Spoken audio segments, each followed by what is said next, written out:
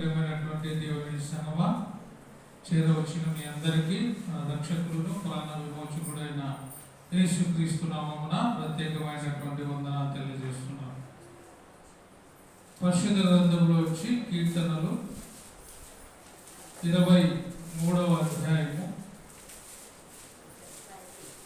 కీర్తనలు 23వ అధ్యాయము 2వ వచనం చదువుకుందాం. పచ్చిక గల చోట్లను ఆయన నన్ను పరుండ చేయుచున్నాడు.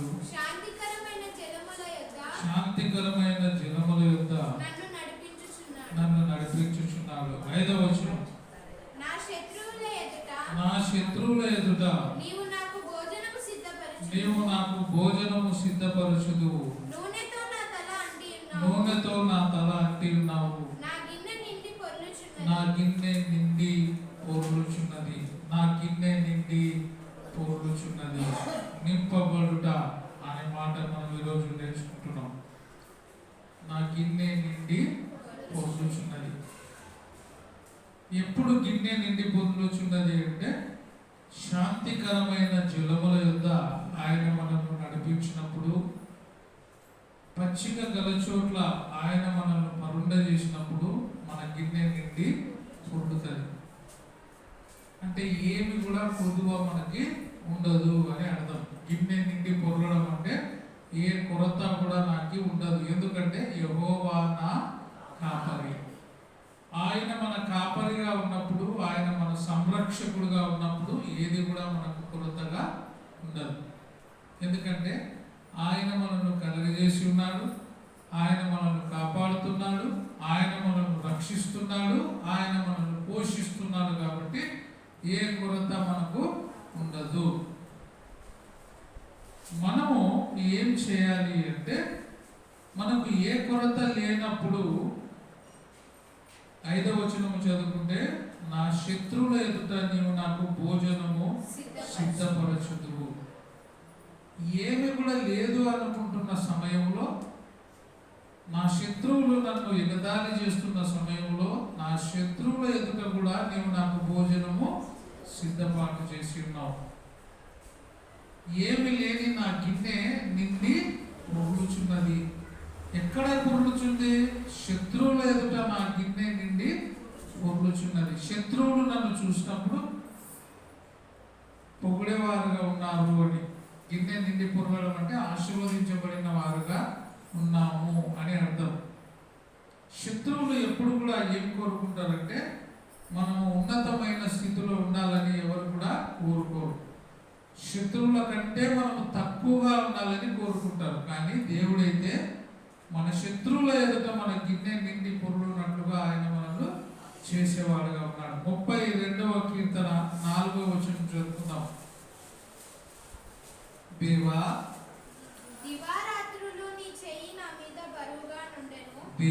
చూడండి, దేవుని యొక్క చెయ్యి బరువుగా ఉన్నది. నా సారము వేసవి కాలమున ఎండినట్లు ఆయను. అంటే ఎండిపోయింది అని నేను అనుకొని ఉన్నా. వేసవి కాలంలో ప్రతి మొక్క ఏమైతుంది? ఎండిపోతుంది, వాడిపోతుంది, రాలిపోతుంది. ఇక్కడ చూస్తే దివారాత్రములు దాన్ని ధ్యానించేవాడు ధన్యుడు అని చెప్తుంది దేవుని మాట. అయితే దివారాత్రులు నీ చెయ్యి నా మీద ఏముందంట? బరువుగా ఉండెను. నా సారము అంటే నా బలము ఏమైందంట? వేసవి కాలమున ఎండినట్టు ఆయను. గిన్నె నిండి పొర్లిన నా గిన్నె ఏమైందంట? వేసవి కాలమున ఎండిపోయినట్టుగా ఆయన. ఎప్పుడు ఎండిపోతుంది అంటే, మన వేరు నీటి కాలువ ఊరను ఉండకపోతే అదేమైతుంది? ఎండిపోతుంది. మన వేరు ఎక్కడ ఉండాలా? నీటి కాలువ ఊరను ఉండాలి. మనము అప్పుడు ఎట్టుంటామో? ఎప్పుడు కూడా ఫలించే చెట్టు వలె ఉంటాం. ఎప్పుడు నీటి కాలువ ఊరను నాటబడిన వారుగా ఉంటే ఎప్పుడు కూడా మనం పచ్చగా ఉంటాం. నీటి కాలువ ఊరను లేకపోతే మన సారం ఏమవుతుందంట? వేసవి కాలమున ఎండిపోయినట్టుగా అవుతుంది. నీటి కాలువ ఊరను నాటబడిన వారుగా ఉండాలి. వాక్యం అనేటువంటి సారమును మనం కలిగిన వారుగా ఉండాలి. దివారాత్రులు దానిని మనం ధ్యానించాలి. వాక్యమును మనము ఎప్పుడు కూడా పాటించాలి.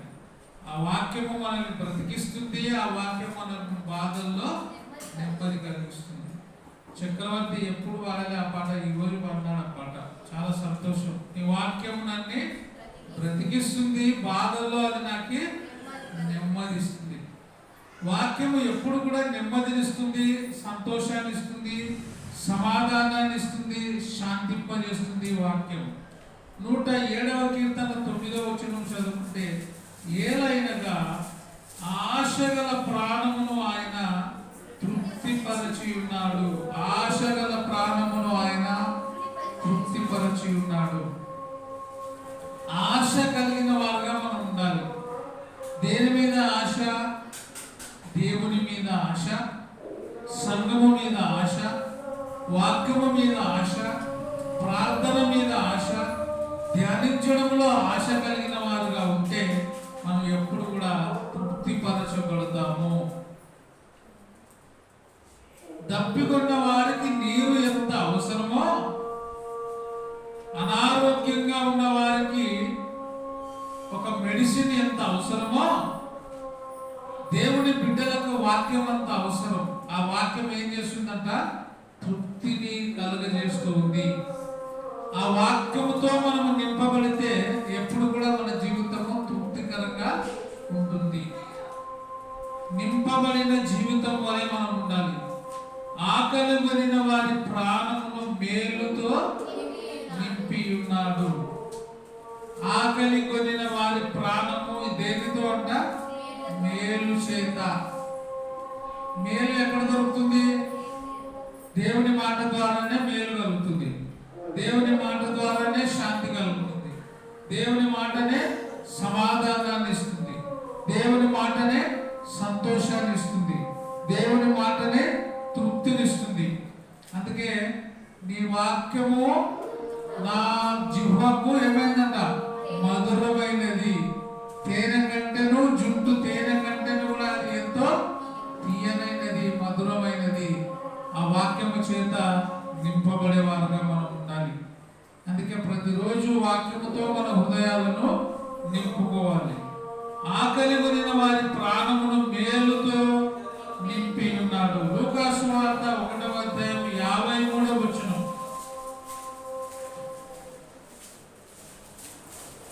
ఆకలి కొనిన వారిని,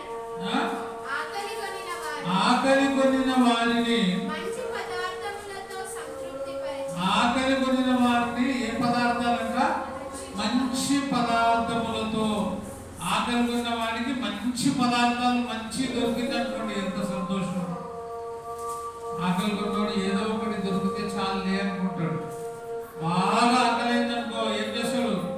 ఏదో ఒకటి చాలు నా జీవితానికి, ఏది దొరికినా నేను తింటా అనేటువంటి పరిస్థితిలో ఉంటాడు. ఆకలి కొనిన వాడికి ఇంకా మంచి ఆహారం దొరికింది అనుకోండి, ఆకలి కొనిన వారికి మంచి మాంసము రొట్టె దొరికింది అనుకోండి, ఎంత తృప్తి ఉంటుంది. కారం దొరికితే ఎట్లుంటది? బాగా ఆకలి కొనిన వాడికి మాంసం దొరికితే ఎట్లుంటది? ఏది దొరికితే తృప్తి? కారమా మాంసమా?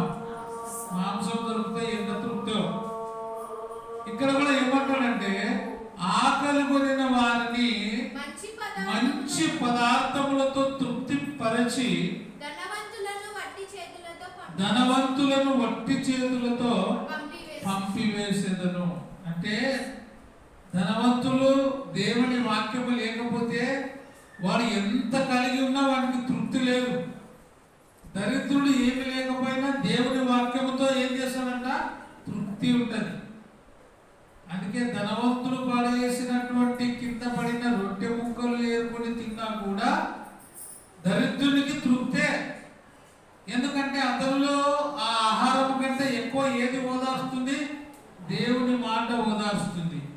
ధనవంతునికి అన్నీ ఉండే కానీ ఏమి లేదు, దేవుని వాక్యము లేదు, దేవుని భయం లేదు. కాబట్టి ధనవంతుని వట్టి చేతులతో వారిని పంపివేస్తారు, పేదవారిని మంచి పదార్థములతో నింపుతారు.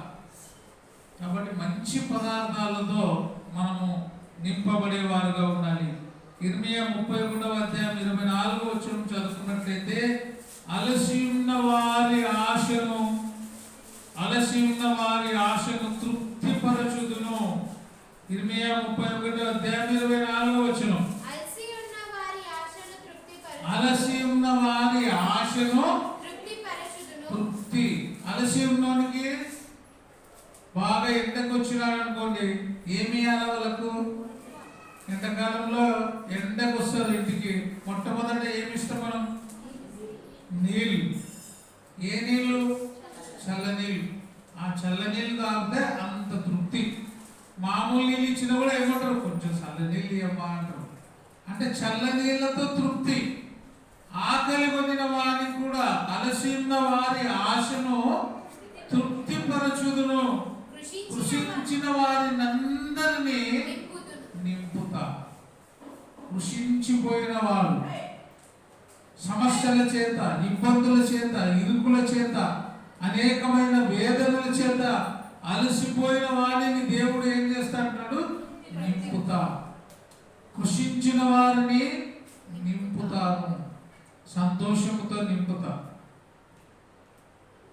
ఏ మేలు లేకుండా, ఏ సంతోషం లేకుండా, సమాధానం లేకుండా ఆయన దగ్గరికి వస్తే తృప్తితో వెళ్ళిపోయినారు.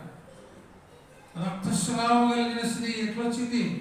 బాధతో, వేదనతో, గుండె నిబ్బరం లేకున్నటువంటి స్థితిలో వచ్చేసింది. ఆయన దగ్గరకు వచ్చి సంతోషముతో నింపబడి వెళ్ళిపోయింది, సమాధానంగా వెళ్ళిపోయింది. ఆయన దగ్గరకు వస్తే ఏం దొరుకుతుంది మనకి? సంతోషము, సమాధానము, నెమ్మది జీవితాలకు దొరుకుతుంది. ఆయన దగ్గరకు వస్తే దుఃఖము తీసివేయబడి సంతోషముతో నింపబడిపోతాం. అందుకే ఆయన దగ్గరికి రావాలి. ఆయన దగ్గరికి వచ్చిన మనము ఆయనను ప్రార్థన చేయాలి, ఆయనను వేడుకోవాలి. ఆమె అనేకమైన వైద్యుల దగ్గరికి పోయి తమ దగ్గర ఉన్న ఆస్తి అంతా కూడా ఇప్పగొట్టుకొని చివరికి యేసుక్రీస్తుని గురించిన మాట విని వచ్చి ఆయన వస్త్రపు చెంగు ముట్టగానే ఆమెలో ఏం కలిగింది? సంతోషము కలిగింది. ఆమెలో ఉండే దుఃఖ నివారణ తీసివేయబడి సంతోషమైన హృదయముతో ఆమె హృదయము నింపబడింది. అందుకే కృషించిపోయిన ఆమె నింపబడింది. దేని చేత? సంతోషము చేత నింపబడింది. సమాధానము గలదిగా వెళ్ళింది. సమాధానము లేని స్థితిలో వచ్చిన ఆమె సమాధానకరమైన స్థితిలోనికి వచ్చింది. యోహాను సువార్త 2వ అధ్యాయం 6వ వచనంలో కూడా చూస్తే రాతి బాణలు నీళ్లతో నింపబడి ఉన్నాయి. చూడండి, రాతి బాణలు ఏం చేసి నింపబడినాయి? యోహాను సువార్త 2వ అధ్యాయం 6వ వచనం. యూదుల శుద్ధీకరణాచార ప్రకారము 2-3 తూములు పట్టు 6 రాతి బాణలు అక్కడ ఉంచబడి ఉండెను. యేసు ఆ బాణలు నీళ్లతో నింపుడి. ఖాళీ బాణలు దేనితో నింపబడినాయి? నీళ్ల చేత. నీళ్ల చేత నింపబడిన బాణలు ఏమైనాయి? ద్రాక్షారసముగా మారినాయి. మొదట ద్రాక్షారసమే ఉంది దాంట్లో, అయిపోయింది. అయిపోయిన తర్వాత యేసుక్రీస్తు మాట ప్రకారంగా ఆయన చెప్పినట్టుగా దేంతో నింపినారు? నీళ్ల చేత నింపినారు. నీళ్ల చేత నింపబడిన ఆ బాణలు ఏమైనాయి? మధురమైన బాణలుగా అయినాయి, ద్రాక్షారసముగా మారినాయి, తీయటి నీరుగా మారిపోయింది. మన జీవితం కూడా ఖాళీ నీళ్ల చేత నింపబడితే దేవుని వాక్యము ద్వారా మధురంగా అవుతుంది. ఆ రాతి బాణలు నీళ్ల చేత నింపబడినాయి. తర్వాత దేవుడు కృతజ్ఞతాస్తుతులు చెల్లించిన తర్వాత ఆ నీరు ఏమైనవి? మధురమైన ద్రాక్షారసముగా అయినాయి. మన జీవితము కూడా నింపబడితే చాలు ఆశీర్వదించబడుతుంది. దేని చేత నింపబడాలా? వాక్యము చేత నింపబడాలి. వాక్యము చేత ఎవరి హృదయము నింపబడుతుందో వారి హృదయము తృప్తి కలిగినదిగా ఉంటుంది. వాక్యము లేకపోతే ఎన్ని ఉన్నా కూడా ఆ జీవితం పెడుతూనే. అందుకే మధుర మధురము యేసు నామము జుంటి తేనెల కన్నా మధురాతి మధురము. జుంటి తేనెల కంటే కూడా మధురం. మన జీవితం మధురంగా కావాలంటే నింపబడిన వారుగా మనం ఉండాలి. ఖాళీ బాణలుగా ఉంటే మన జీవితం ఆశీర్వదించబడదు. నింపబడాలి. నీళ్ళచే నింపబడిన ఆ బాణలు ఏమైనవి? మధురమైన ద్రాక్షారసముగా మారెను. ఆ మధురమైన ద్రాక్షారసము ద్వారా కానాను వివాహము ఘనముగా గొప్పగా జరిగింది. కొరత తీర్చబడింది. యేసుక్రీస్తు ఎక్కడ ఉంటే అక్కడ కొరత తీర్చబడుతుంది. ఆయన ఎవరింట్లో ఉంటే ఆ ఇల్లు ఆశీర్వాదకరంగా ఉంటుంది. 6వ అధ్యాయం యోహాను సువార్త 13వ వచనం. కాబట్టి వారు భుజించిన తర్వాత వారి యొద్ద మిగిలిన 5 యవల రొట్టెల ముక్కలు పోగు చేసి 12 గుంపల గుంపలండి 12 గంపలు నింపిరి. ఆ గంపలు కూడా ఎట్లున్నాయి? మొదట ఖాళీ గంపలు నింపబడినాయి. ఎన్ని గంపలు? 12 గంపలు. మన గంపలు కూడా నింపబడాలంటే దేవుడు ఆశీర్వదించాలి. దానిని ఆకాశం వైపు కన్నులు ఎత్తి కృతజ్ఞతాస్తుతులు చెల్లించిన తర్వాత 5 రొట్టెలు 2 చేపలు ఏమైనవి? ఆశీర్వదించబడినాయి. ఆశీర్వదించబడిన తర్వాత అందరూ తిన్నారు. తిన్న తర్వాత ఎన్ని గంపలు? 12 గంపలు నింపబడినాయి.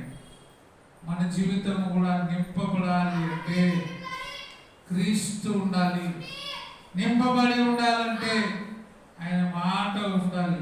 12 గంపలు నింపిరి. ఎన్ని?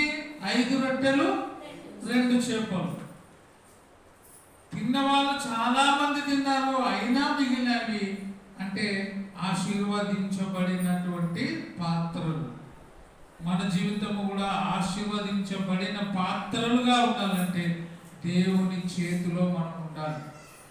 దేవుని చేతిలో మనము ఉండాలి. 5 రొట్టెలు 2 చేపలు ఎవరి చేతిలోనికి వచ్చినాక ఆశీర్వదించబడినాయి? క్రీస్తు యేసు చేతిలోనికి వచ్చినప్పుడు ఆశీర్వదించబడినాయి. మనము కూడా ఆయన చేతిలో ఉండాలి. ఆయన చేతిలో ఉంటే మన జీవితము నింపబడుతుంది, మన ఇల్లు నింపబడుతుంది, మన ధననిధి నింపబడుతుంది. ఆయన లేకపోతే ఏమి చేత నింపబడినా కూడా అంతా వెళ్తామే. చివరిగా ఒక మాట చదువుకొని ముగించుకుందాం. అపోస్తుల కార్యం 14వ అధ్యాయం 17వ వచనం. అయినను ఆయన ఆకాశము నుండి ఆహారము అనుగ్రహించును, ఉల్లాసముతో మీ హృదయములను నింపును. ఉల్లాసముతో మీ హృదయములను నింపును. ఎట్లా నింపుతాడంట? ఉల్లాసముతో నింపుతాడు. ఉల్లాసము, ఉత్సాహము ఎవరి ద్వారా వస్తుంది? దేవుని ద్వారానే. సంతోషము, సమాధానము ఎవరి ద్వారా కలుగుతుంది? యేసుక్రీస్తు ద్వారానే. సంతోషము కలదానిగా వెళ్ళు, సమాధానము కలదానిగా వెళ్ళు అన్నాడు. కాబట్టి ఎక్కడ దొరుకుతుంది సంతోషము, సమాధానము? సంతోషం ఎక్కడ ఉందని సమాధానమెచ్చట నాకు దొరికేనని. సంతోషం ఎక్కడ ఉందని సమాధానమెచ్చట నాకు దొరికేనని. బంధువులను అడిగాను, స్నేహితులను అడిగాను,